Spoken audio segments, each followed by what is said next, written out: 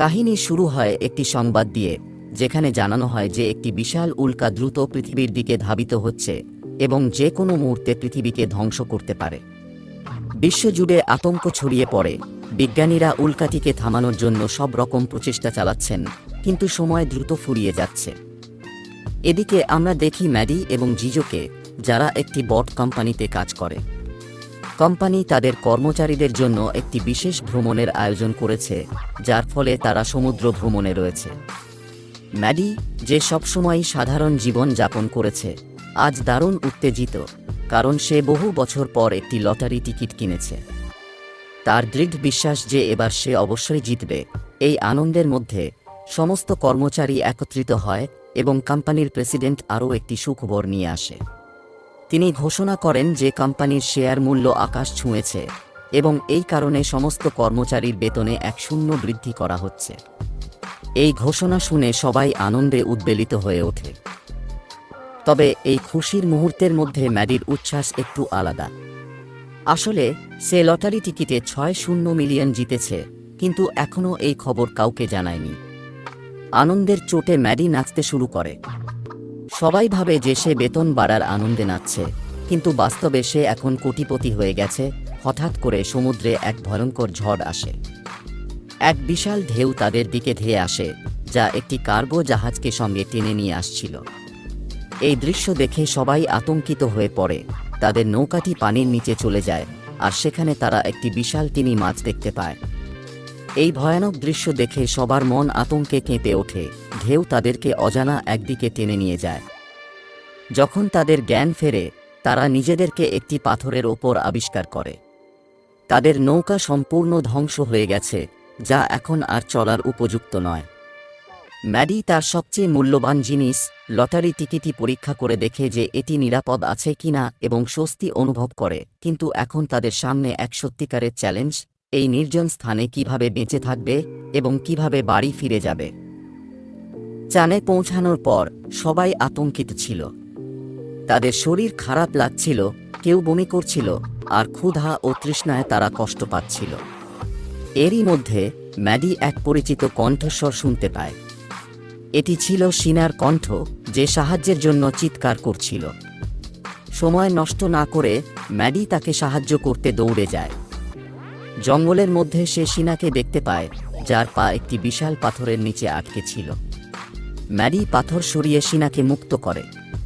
এ সময় তাদের সাথে থাকা অধ্যাপক বিল সবাইকে জানান যে তিনি সংবাদে শুনেছিলেন এক বিশাল উল্কা পৃথিবীর দিকে ধেয়ে আসছে। তিনি বলেন, সম্ভবত এটি ইতোমধ্যেই অনেক কিছু ধ্বংস করে ফেলেছে। তবে কেউই তার কথায় বিশ্বাস করে না। ম্যাডি, যে তার লটারি জেতার আনন্দে আছে, সবাইকে বলে যে সে এত তাড়াতাড়ি মরতে চায় না। সে বলে, আমি এখনও ধনী হওয়ার স্বাদ পর্যন্ত পাইনি, আর আমি যত দ্রুত সম্ভব বাড়ি ফিরে যেতে চাই। সে অধ্যাপকের কথা গুরুত্ব না দিয়ে বলে যে তাদের অবশ্যই কোনোভাবে জরুরি সংকেত পাঠাতে হবে, যাতে কেউ এসে তাদের উদ্ধার করতে পারে। কিন্তু ঠিক তখনই আকাশ কালো মেঘে ঢেকে যায় এবং প্রবল বৃষ্টি শুরু হয়।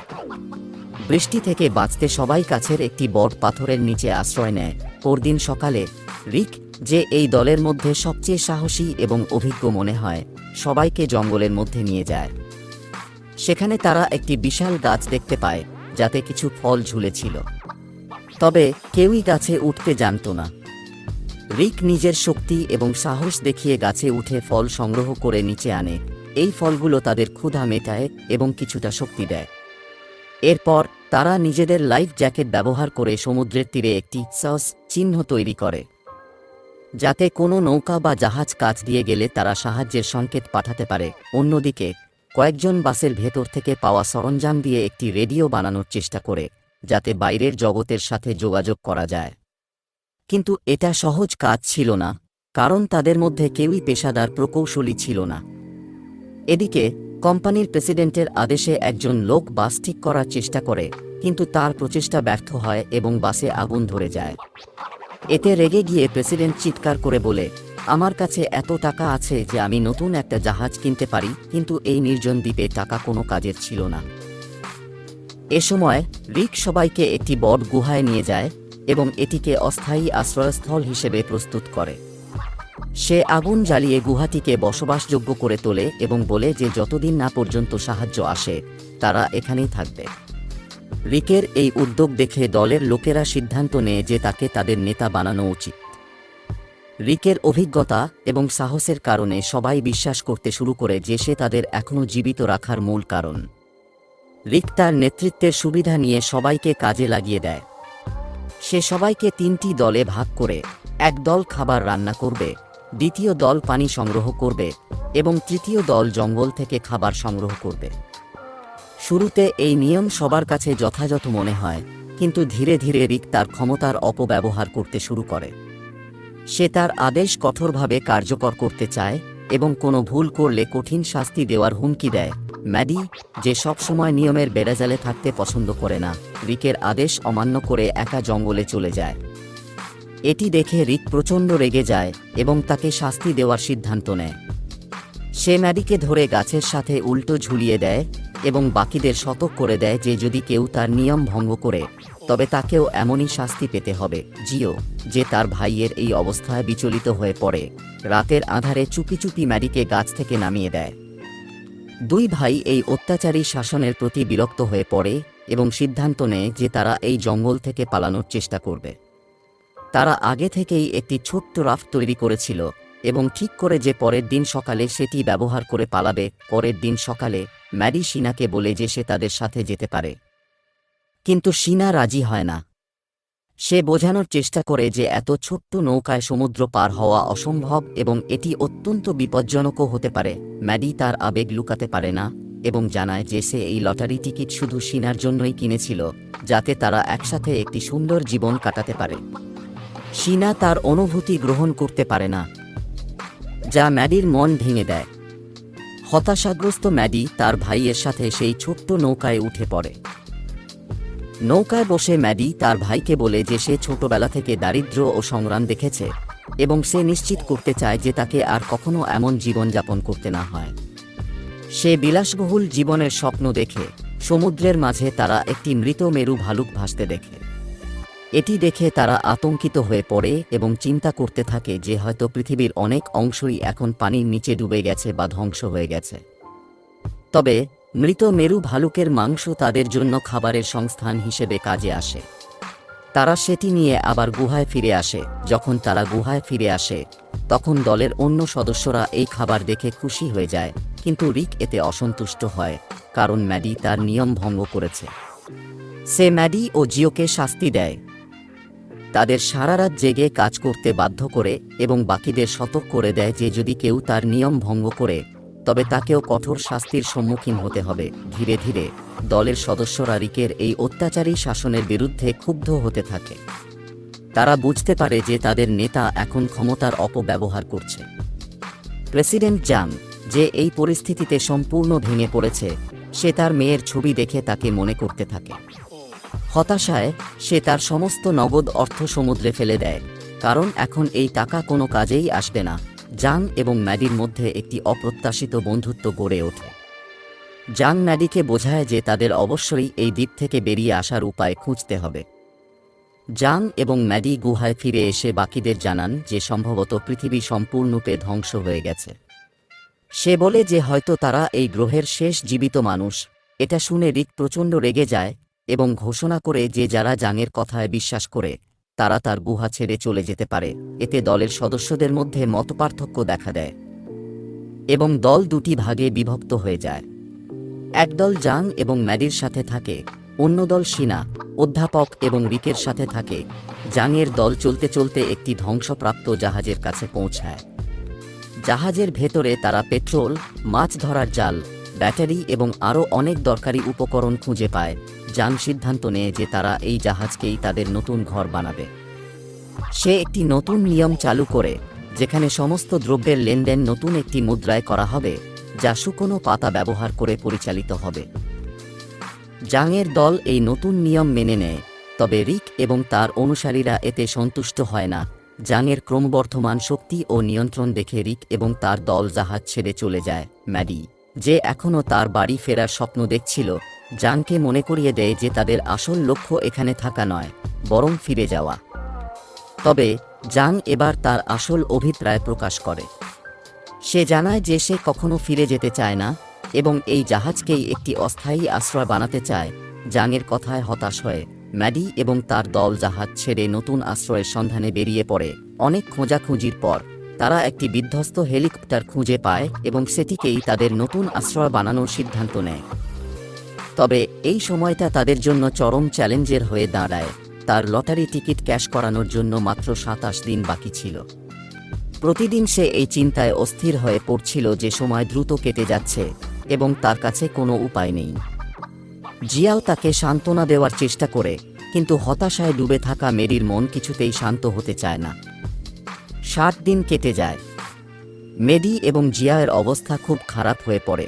যখন তারা জাহাজে ফিরে আসে তখন তারা দেখে যে জাং পুরো ব্যবস্থাই বদলে ফেলেছে। মানুষ এখন তাকে নেতা হিসেবে স্বীকার করে নিয়েছে। জাহাজের ভেতর এখন শুকনো পাতা মুদ্রা হিসেবে ব্যবহৃত হচ্ছে। রিকের দলও জাংয়ের সঙ্গে যোগ দিয়েছে, যার মধ্যে সিনাও রয়েছে। প্রত্যেকেই তাদের প্রয়োজনীয় জিনিসপত্র কেনার জন্য এই পাতাগুলোর ব্যবহার করছে। মেডি জাংয়ের কাছে মাছ ধরার জাল ধার চাইতে গেলে জাং তা দিতে অস্বীকার করে, বরং সে মেডিকে ধাক্কা দিয়ে জাহাজ থেকে ফেলে দেয়। একদিন হঠাৎ করে আকাশ থেকে শত শত মাছ পড়তে শুরু করে। মেডি ও জিয়াও এই দৃশ্য দেখে খুব খুশি হয়ে যায়। তারা দ্রুত মাছগুলো সংগ্রহ করে এবং মজুত করে। মেডির মাথায় একটি পরিকল্পনা আসে। সে ঠিক করে এই মাছগুলো বিক্রি করে জিনিসপত্র জোগাড় করবে এবং নতুন মুদ্রা, শুকনো পাতা সংগ্রহ করবে। জিয়াও এই পরিকল্পনাকে সমর্থন করে। তারা রিক এবং জাংয়ের দলের কাছে গিয়ে মাছ বিক্রি শুরু করে। মাছ পাওয়ার জন্য দুই দলের মধ্যেই প্রতিযোগিতা শুরু হয়ে যায়। এইভাবে ম্যাডি এবং জিয়াও ধীরে ধীরে তাদের ব্যবসার মাধ্যমে শক্তিশালী হয়ে ওঠে। মাছ বিক্রির লাভ তাদের আরও শক্তিশালী করে তোলে। দলটির সদস্যরা এখন তাদের নেতা হিসেবে দেখতে শুরু করে এবং তাদের জনপ্রিয়তা বাড়তে থাকে। ম্যাডি পরামর্শ দেয় যে তাদের এখন নতুন কোনো দ্বীপ খুঁজে বের করা উচিত, যেখানে মানুষ থাকতে পারে এবং তারা সাহায্য পেতে পারে। কিন্তু জাং এই পরিকল্পনাকে সম্পূর্ণরূপে নাকচ করে দেয়। সে বলে, হয়তো এটাই পৃথিবীর শেষ টিকে থাকা স্থান। এই সময় ম্যাডি এবং জিয়াও তাদের বাস ঠিক করার এবং সেটির আলো জ্বালানোর পরিকল্পনা করে। তারা পেট্রোল, ব্যাটারি এবং অন্যান্য সম্পদের সাহায্যে এই পরিকল্পনা সফলভাবে বাস্তবায়ন করে। আলো জ্বলে উঠতেই জাহাজের বাসিন্দারা খুশি হয়ে যায় এবং মেডিকে তাদের নেতা হিসেবে স্বীকৃতি দেয়। এক রাতে দুই ভাই সমুদ্র থেকে ভেসে আসা একটি জাহাজের শব্দ শুনতে পায়। এটি দেখে ম্যাডি অত্যন্ত আনন্দিত হয়ে ওঠে। ম্যাডি সবার কাছে এই খবরটি জানাতে চায়, কিন্তু কিছু লোক এটিকে গোপন করার চেষ্টা করে। তাদের ধারণা, যদি সবাই জাহাজে ফিরে যায় তবে তারা আবার তাদের পুরনো দরিদ্র জীবনে ফিরে যাবে। এদিকে রিক চারদিকে গুজব ছড়াতে শুরু করে যে ম্যাডি পাগল হয়ে গেছে। ধীরে ধীরে লোকেরা রিকের কথা বিশ্বাস করা বন্ধ করে দেয় এবং তাকে অপমান করতে শুরু করে। এটি দেখে রিক মানসিকভাবে ভেঙে পড়ে। প্রেসিডেন্ট জাংয়ের ওপর চাপ সৃষ্টি করতে রিক তার মেয়ের ভিডিও মুছে ফেলার হুমকি দেয় এবং শেষ পর্যন্ত জাং তার সমস্ত সম্পত্তি রিকের নামে করে দেয়। এরপর রিক মেডিকে জানায় যে তাদের জাহাজের জ্বালানি পাইপ এবং ইঞ্জিন খুলে সেখান থেকে পালিয়ে যাওয়া উচিত। এই পরিকল্পনা শুনে ম্যাডি আতঙ্কিত হয়ে পড়ে। সে বলে এই পরিকল্পনা একেবারেই স্বার্থপর এবং এতে জাহাজের বাকি লোকদের জীবন বিপদের মধ্যে পড়তে পারে। কিন্তু রিক কেবল নিজের স্বার্থ নিয়েই ভাবছিল। একদিন সিনা এবং আরও কয়েকজন ম্যাডিকে ধরে নিয়ে যায় এবং জাহাজে ফিরিয়ে আনে। সেখানে সিনা তাকে বিয়ের প্রস্তাব দেয়, তবে ম্যাডি তার আবেগ ধরে রাখতে না পেরে রাগে ফেটে পড়ে এবং সত্যিটা সবার সামনে বলে ফেলে। ম্যাডি স্বীকার করে যে সে মিথ্যে বলেছিল যে রিক পাগল। সে জানায় রিক যা বলছিল তা সম্পূর্ণ সত্য ছিল, কিন্তু এখন আর কেউ তার কথা বিশ্বাস করে না। সিনা, যে একসময় ম্যাডির সবচেয়ে কাছের ছিল, এখন নিজেকে প্রতারিত অনুভব করে। তার মনে হয় ম্যাডি তাকে শুধু ব্যবহার করেছে। এদিকে রিক ম্যাডিকে জানায় যে এখন তাদের কাছে জাংয়ের সমস্ত সম্পত্তি রয়েছে এবং তারা এখান থেকে পালাতে পারে। তাদের এই আলোচনা কেউ একজন শুনে ফেলে। রিক ম্যাডিকে তার পরিকল্পনায় অন্তর্ভুক্ত করে। সেই রাতে তারা সবার পানীয়তে মদ মিশিয়ে তাদের অচেতন করে ফেলে। রিক গোপনে জাহাজের জ্বালানির পাইপ খুলে দেয় এবং জাহাজের সম্পূর্ণ নিয়ন্ত্রণ নিজের হাতে নিয়ে নেয়। এরপর রিক ম্যাডির হাতে একটি মশাল দিয়ে বলে সে যেন পুরো জাহাজ পুড়িয়ে দেয়। যখন আগুন ছড়িয়ে পড়তে থাকে তখন জিয়াওকে দিয়ে জোর করে স্বাক্ষর করানো সমস্ত সম্পত্তির কাগজপত্র আগুনে পুড়ে যায়। এটি দেখে রিক ক্ষিপ্ত হয়ে যায়। জাহাজের আগুন দেখে বাকি লোকেরা ম্যাডির বিরুদ্ধে চলে যায় এবং তার পিছু ধাওয়া করে। পালাতে গিয়ে ম্যাডি একটি পাহাড় থেকে পড়ে যায়, তবে সে সমুদ্রে পড়া থেকে কোনো মতে বেঁচে যায়, কিন্তু অজ্ঞান হয়ে যায়। সকাল হলে সে সমুদ্রের তীরে জেগে ওঠে এবং দেখে সিনা তার পাশে রয়েছে। সিনা তাকে জানায় যে বাকি সবাই জাহাজ ছেড়ে চলে গেছে। সে বলে, আমি তোমাকে একা ছেড়ে যাব না। যখনই পরবর্তী জাহাজ আসবে আমরা এখান থেকে চলে যাব। এটি শুনে ম্যাডি হাসতে শুরু করে এবং সিনার মুখেও হাসি ফুটে ওঠে। সিনা ও ম্যাডি সিদ্ধান্ত নেয় তারা একসঙ্গে একটি নতুন জীবনের দিকে এগিয়ে যাবে। জাহাজের ধ্বংস এবং সকল লড়াইয়ের পর তারা উপলব্ধি করে যে জীবনে সবচেয়ে গুরুত্বপূর্ণ জিনিস হল সম্পর্ক এবং ঐক্য। এই হৃদয়গ্রাহী ও অনুপ্রেরণামূলক দৃশ্যের মাধ্যমে গল্পটি শেষ হয়।